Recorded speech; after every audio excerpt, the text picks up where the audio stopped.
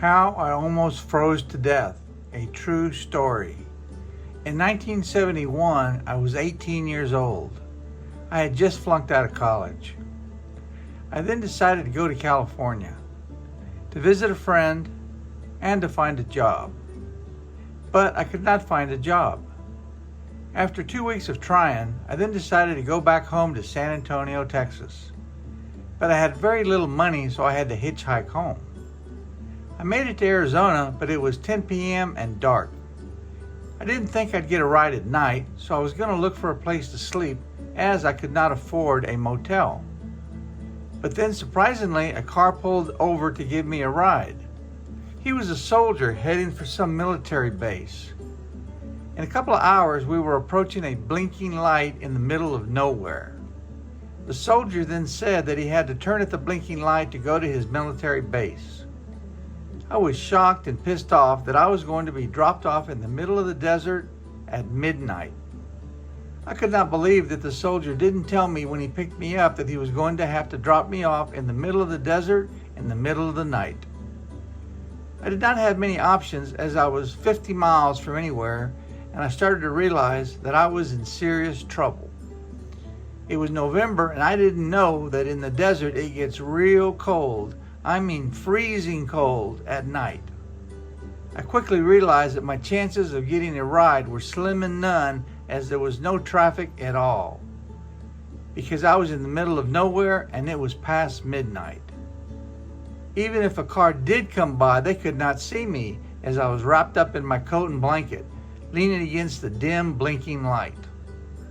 And if a car did stop, it had to be to rob me and maybe kill me. But my biggest problem was that it was getting colder and colder, and the later it got, the colder it got, and I'm talking freezing. My teeth were rattling and I was shaking, I mean trembling, as I was in serious pain as the cold was killing me. I had flunked biology in high school and college, but I somehow did understand the basic concept of hypothermia. I began to realize the probability that I was going to freeze to death, and I started to think about the dreadful consequences of my life being over at just 18 years old. I imagined how long it would take for someone to find my dead body. How and when would my parents, family, and friends be told that I was dead and how I died? I then started thinking about all the experiences and adventures and memories that I would not be able to experience and enjoy. I then visualized my funeral. Then suddenly I saw some car lights heading towards me. I could not believe, as it had been at least 2 hours that I had been painfully, slowly dying of hypothermia. I was probably within an hour of death. But then it hit me that the possibility that this car would even see me was beyond remote.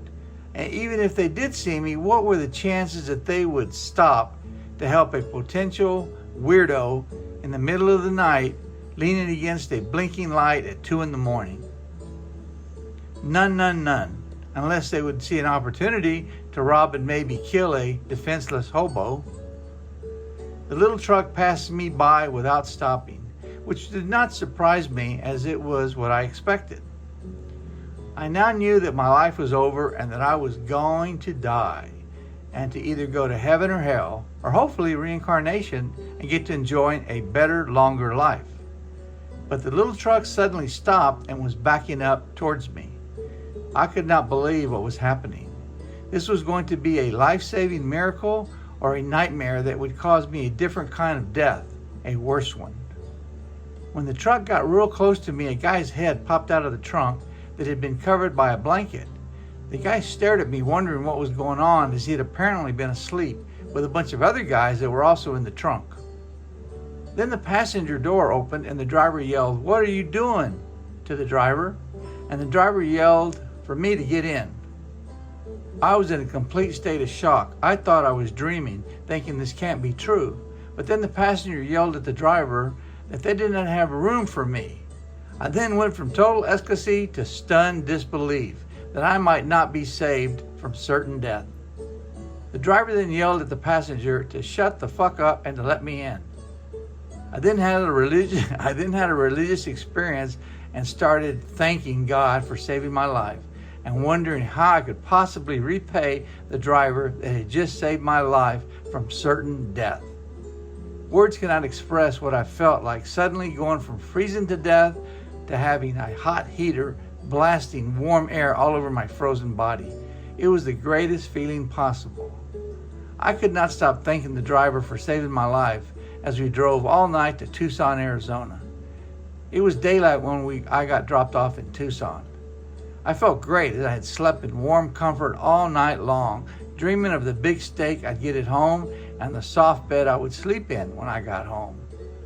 The moral of this true story is to always count your blessings, take nothing for granted, and that you don't know what you got till it's gone, and to enjoy every day as if it might be your last.